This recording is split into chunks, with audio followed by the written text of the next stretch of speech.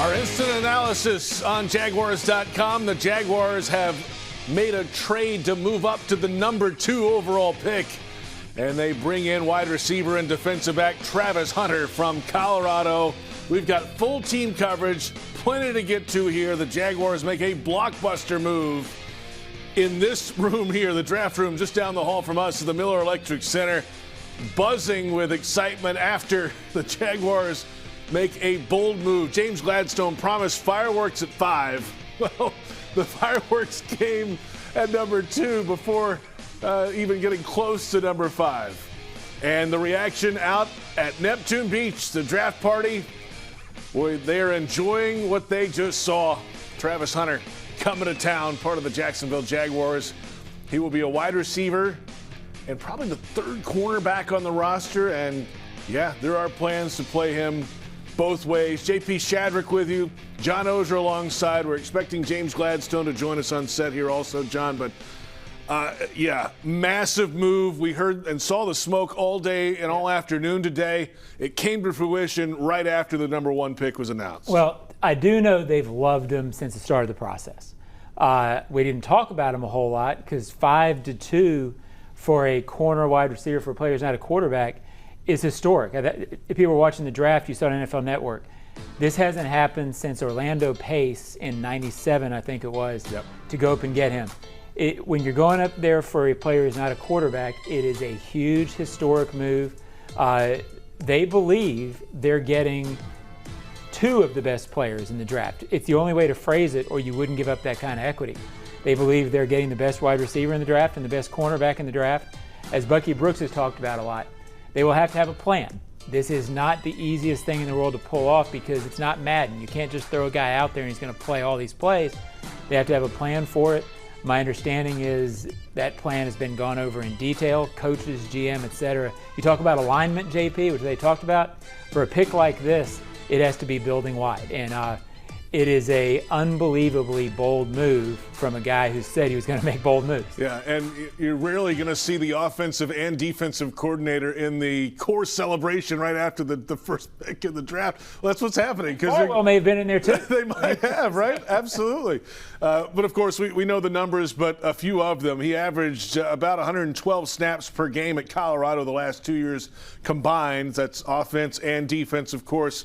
Only 3 NFL players since 1980 have started at wide receiver and at cornerback in the same game.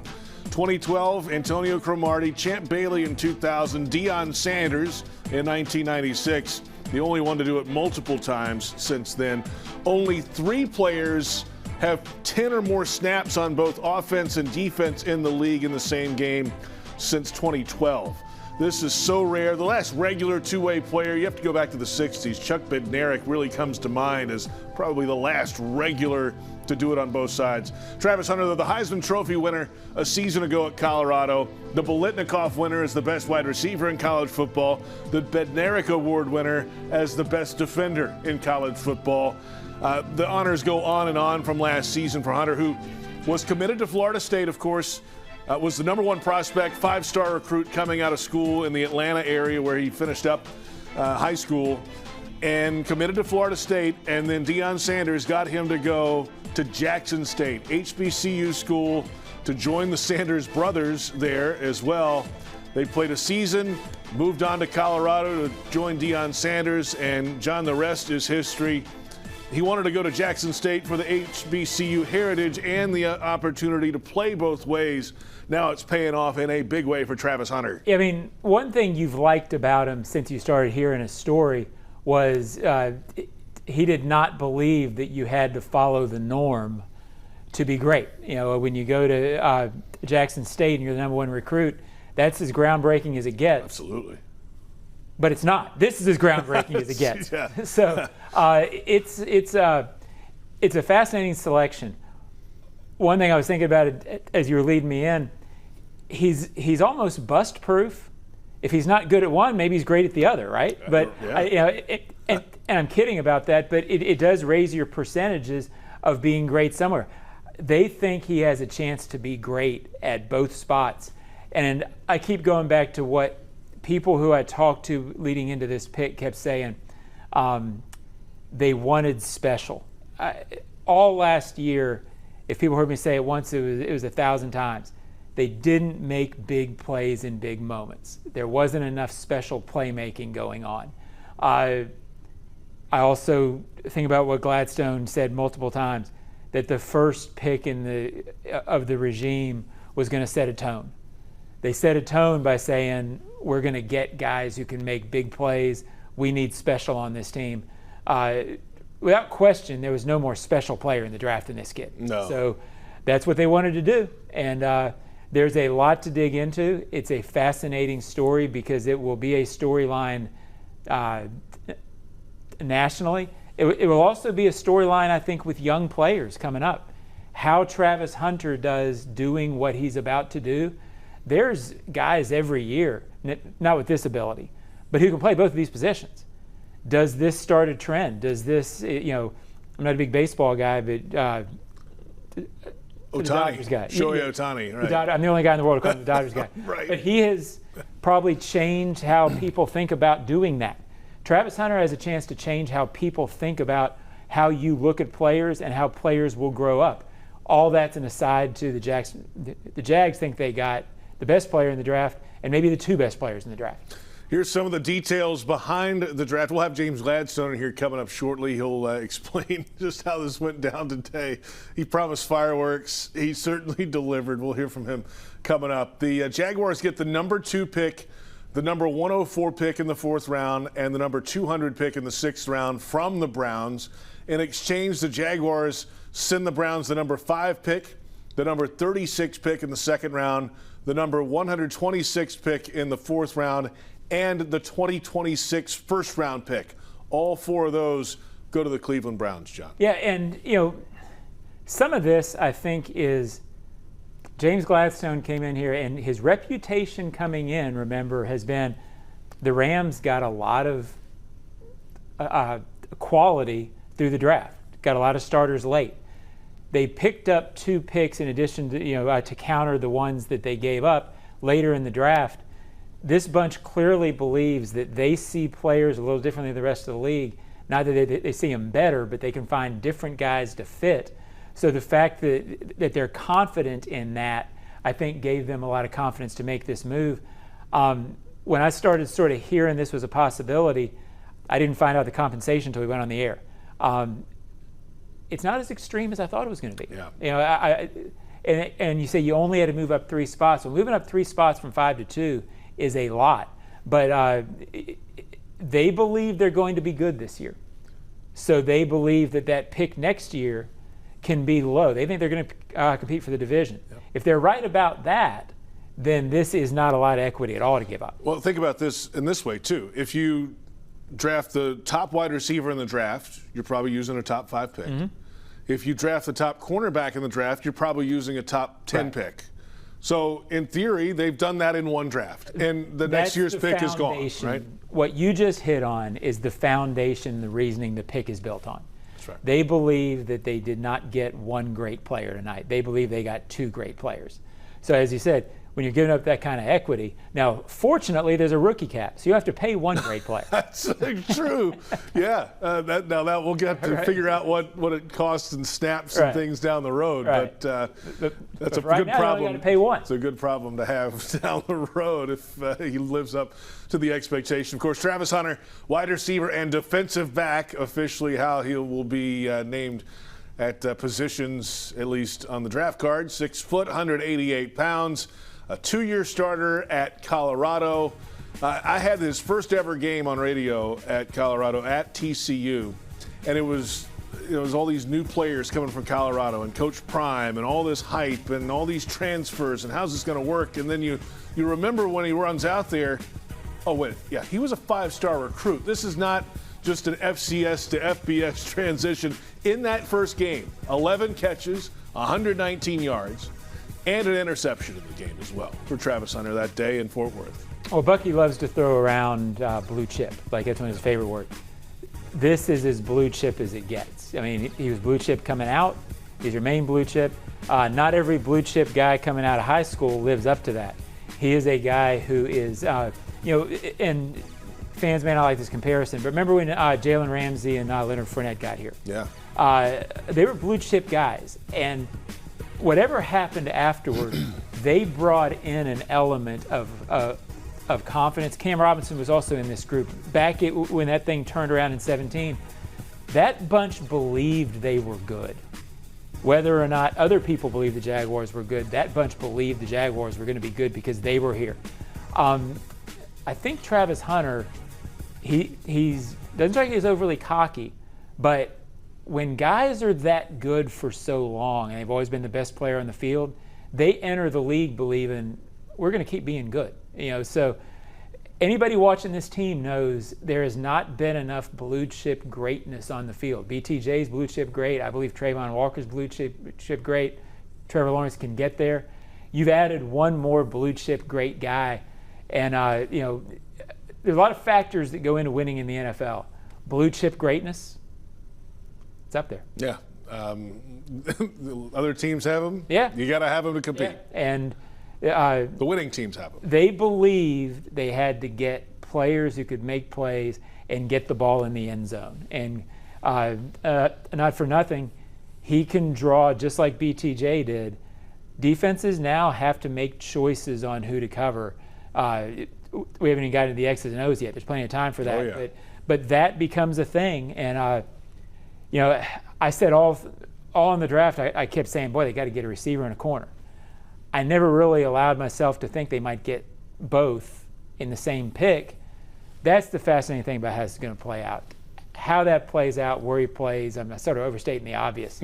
How that's going to look is going to be very interesting. It's one of the most fascinating stories in this franchise's history. It certainly is, and certainly in this draft, in this new cycle in 2025. Travis Hunter coming to the Jacksonville Jaguars, wide receiver and defensive back from Colorado, was, as we said, a Florida State recruit, commit, backed out to go to Jackson State for a year. Last 2 years at Colorado, won the Heisman Trophy. And, I mean, we saw his reaction on NFL Network, the coverage we were watching, skipping down the hall and slapping the Jaguar head logo and then seeing himself in the hat for the first time. And, he's excited to get back to the state of Florida. He said that in the interview with Jamie Erdahl there, and I believe that. You kind of believe this guy down to his core, that he's as genuine as can be. And, he likes catching balls and touchdowns. He likes taking the ball away, and he likes fishing. Yeah, and that's going to work well here. I think it's cool that he's walking into a locker room of guys who are also confident. I mean, BTJ, we got to know him a little bit last year.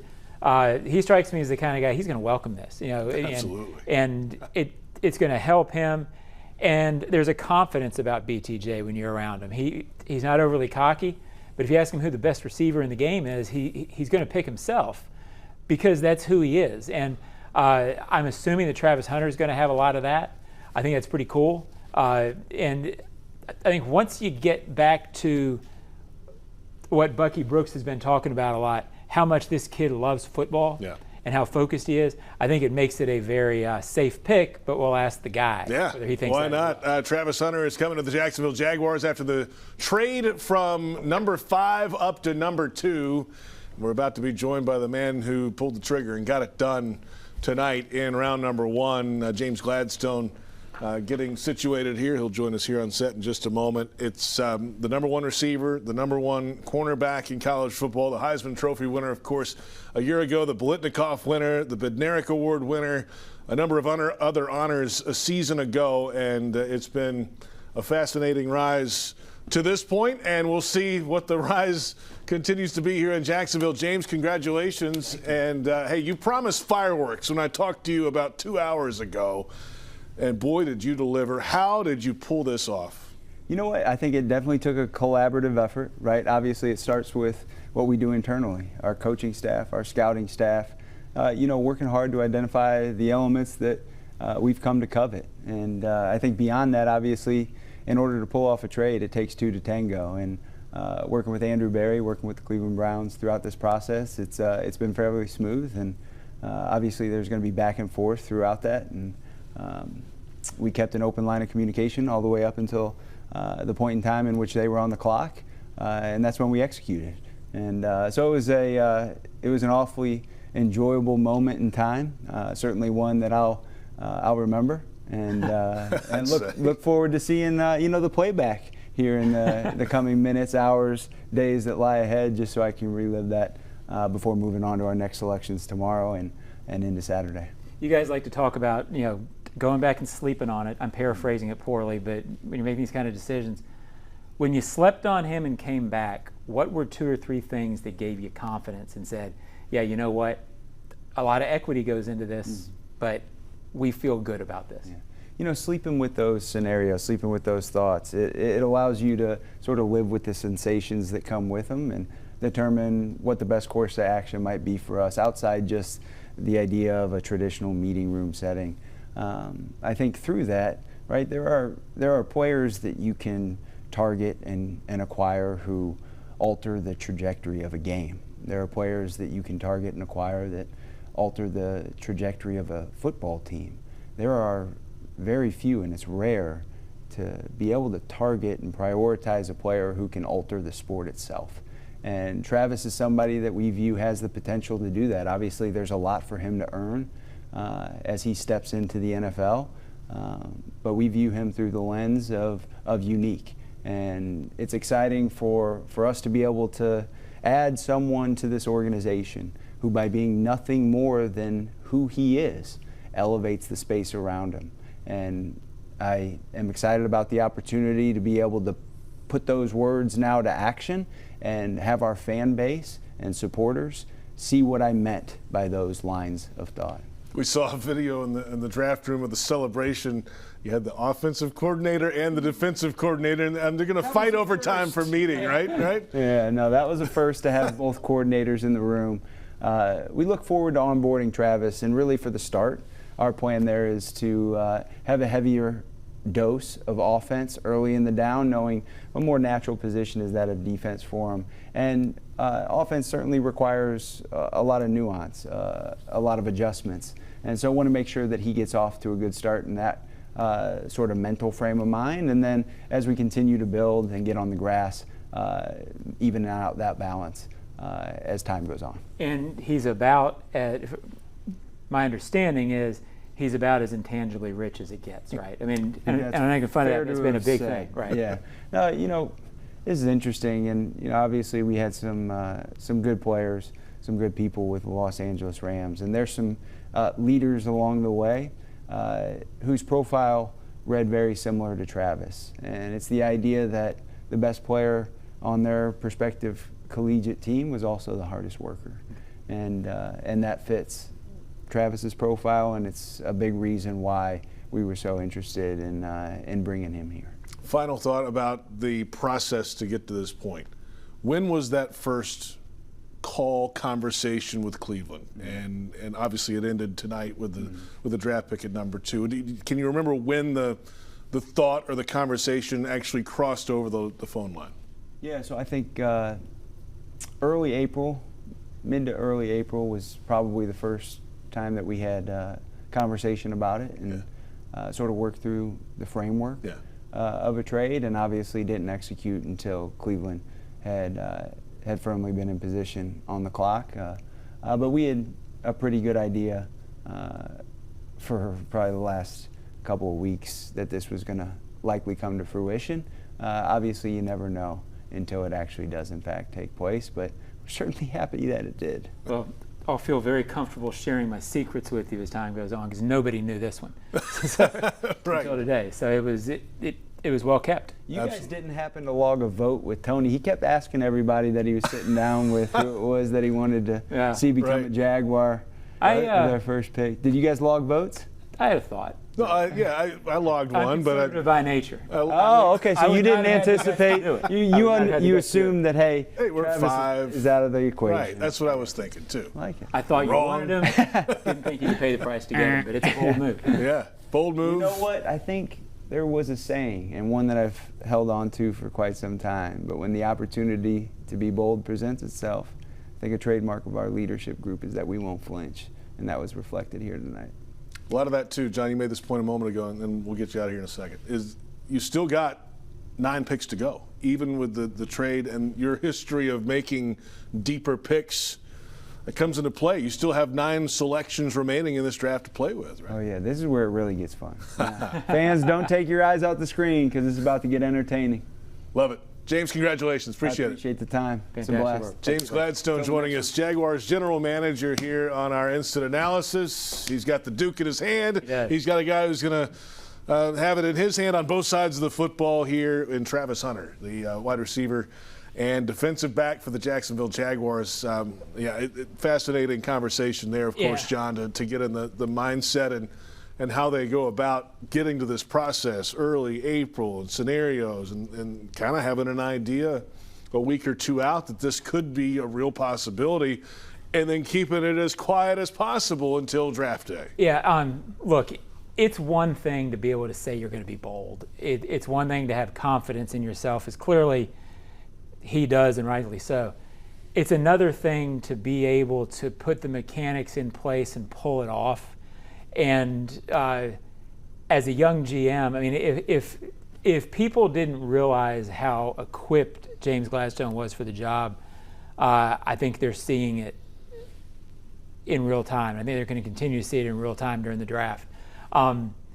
It's, again, most GMs in their first year would have sat in the war room or sat in the planning meetings and go, yeah, it'd be pretty cool to get him. And then they'd wonder later on if they could have done it, just too expensive a price to pay. They're going to do things differently. And we said it in the lead up. You were going to see them start doing things differently now. And this is not conventional. There is risk involved, as there is with any pick, but it's I think it sets the tone for the franchise moving forward. I think it's what we saw tonight. There's no doubt about that, and maybe even the weekend ahead. I mean, we're not done. Who knows about tonight, but you never know about tonight. But certainly tomorrow with some activity to go there throughout the weekend on Saturday with a bunch of picks on the docket now on Saturday, and his history of being able to bring in talent even at those positions. I think it's going to be the key. We talked about it a little bit leading up to it. Yep. I think that probably, I would guess, I should have asked him when he was here, probably gave them confidence to make this sort of a move. The fact that they are confident in their ability to get value in starters out of the 3rd, 4th, 5th round. They didn't give up numbers of picks. I guess they gave up a couple next year, but next year is next year. Tonight it's about now. I think they gave them confidence in, just because we don't have a 2nd round pick, I think they're down a 2nd round pick this year now, 2 in the 3rd. That doesn't worry them the way it might worry some regimes, because they feel like they can get value out of those. Well, we've heard the general manager's part of this conversation to get it done. Coming up shortly, maybe some Travis Hunter conversation. He is slated to speak with the media. We will try to carry that for you right here on Jaguars.com. Of course, a busy car wash of sorts after a high draft pick like this on the ground in Green Bay. Interview musts, and they've got to make the rounds. He's going to have to talk to Brian Sexton at some point, John, so that's got to be on the list as well. That'll take a minute. It might, so we'll get to that coming up. But Travis Hunter is going to be something we haven't seen in the NFL in generations, not just one, multiple generations. There has not been a regular two-way player in the league since the 60s. And there has been a few spot ones ever since, but Travis Hunter has the opportunity, at least, we heard it from the GM, that he's going to have that opportunity to play on both sides of the football and on a regular basis and make an impact on both sides of the ball. And let's go to Travis Hunter now with the Jacksonville media. Did. So, and I will say they made sure when they're we about to go in. We'll West. Get to that here in just a moment. They're getting him queued up and ready to go, and we'll promise to get right back to that. A touchdown maker. A ball hawk on defense who has instincts and can go get the football, and you got to love both sides of this. If you didn't know how they felt about him when James Gladstone says that he can change the face of the league. Yeah, the sport, he said. And so that sort of brings into very clear vision for me how they see it. I don't necessarily think that they think it's going to be a limited role on one side of the ball or the other in the long run. How many plays that means, I don't know. But when you say that means they believe that in 10 years, you're going to see other kids doing this, but because he was able to do it. Right. And if they're doing that, it's because he's doing it at a high level. So they don't see a big-time corner and an okay receiver. They see superstar on both sides of the ball. That's bold, and that's the theme of the night. Get a lot of breaks in the NFL. I love that attitude, and he's going to be able to try to go out and at least give it a shot on both sides of the football. Travis Hunter there, the wide receiver and defensive back for the Jacksonville Jaguars, number 2 overall pick. And, yeah, the Jaguars had to make a move to get there from number 5 to number 2. There you have the terms on your screen. But they come out with the same net number of picks in this draft remaining. So still 9 picks to go. They had to give up the second-round pick to get there, but they received a 4th-rounder and a 6th-rounder. They had to give up the 2nd-rounder and the 4th-rounder.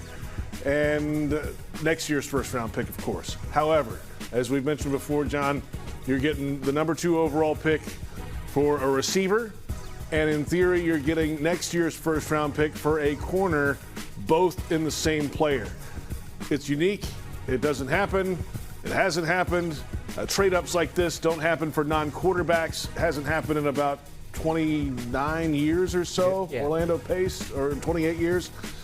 This is a rarity. It's really an all-time moment in Jags draft history. It can be, especially if he lives up to the expectations. Yeah, and it's such a different era than when it happened before. You almost can't compare or even bring in the conversation. It's never happened in this NFL that's so quarterback-centric. That's right. So, look, if this team's better next year, and they're in that picking 19th, 20th-ish, then this is a very affordable trade. They believe they're going to, if you couple that with, if he is indeed a difference maker in 2 spots, then look, it's almost, I would say 1 for 1 because you're giving up a lot, but it is a very reasonable trade if he's as good as they think, and if they improve to 9 wins. So, but it's bold, man. It is bold. It certainly is. But again, we're repeating ourselves. We've been on a long time. When they said they were going to set a tone, I think this sets a tone on the field, off, and it clearly shows they believed what we all saw, which was that a problem with this franchise has been not enough greatness. They boldly went after greatness. And they got it. They got the Heisman Trophy winner from a year ago, the Bednarik Award winner, the Biletnikoff Award winner from last year at Colorado. He does it on the offensive side of the ball. Catch and run ability, stop-start ability, route running, the entire tree. He's got everything. Great contested situations were really probably his best spot as a receiver, especially in the red zone. Guys are draped all over him, and he's making plays. That's the offensive side of things, John. And if you talk about tone setting, this puts him in the same conversation as Trevor Lawrence in terms of face and importance to the franchise.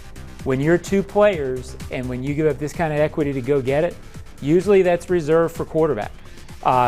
Trevor now has company in terms of, this is a guy who's going to be the focus, the storyline, and the reason for rising or falling. So it goes without saying it's a huge core foundation piece, but this is unprecedented in that sense in the last 3 decades in this league. And then there's the defensive side of the ball. His instincts on that side of things to jump routes and get his hands on the football. We know his ball skills on the offensive side. It translates to both sides of the field as well.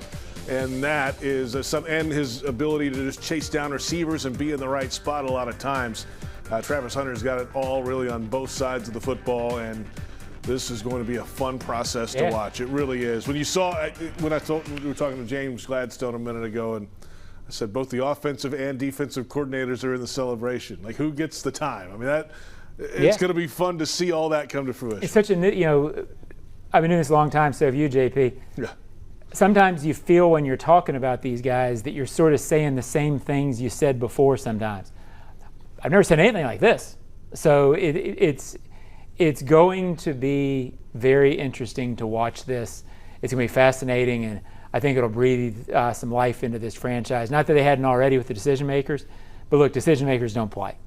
This breathes life into it where this gets really interesting now. This guy will play and play a lot, sounds like. Travis Hunter coming to the Jacksonville Jaguars, coming up before the end of the night.